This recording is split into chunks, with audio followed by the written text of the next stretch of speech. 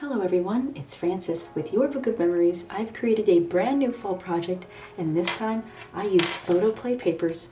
Thankful. Oh my goodness, it was so much fun to put together. Cardstock sticker sheet, you got the cut aparts page right here, and this came together in just one day. I did some layering on the front, popped this up on some dimensional foam tape, and I have a beautiful little spot for a picture.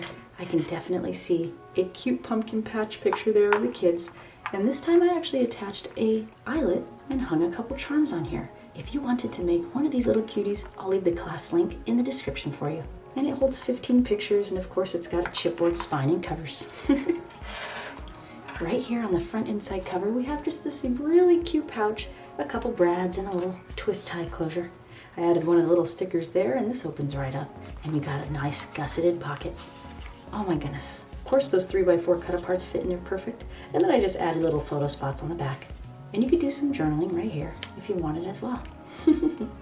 Oh my goodness gracious. If you've never made a mini album before, I know that this is one that you can do.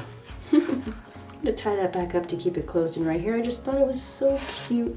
I hand doodled some of my own little leaves and things, and I've got some twine keeping this little flap closed.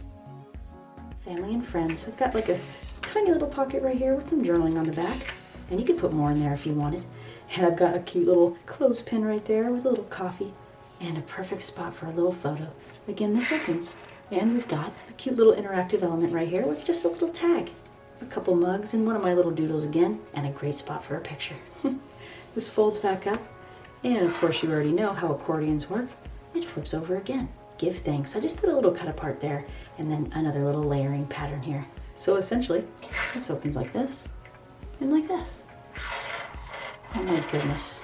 This was just so absolutely fun. I'm going to be sharing another project that uses the same technique. I know you're going to enjoy some more fall projects, and you can check out the one on the screen now.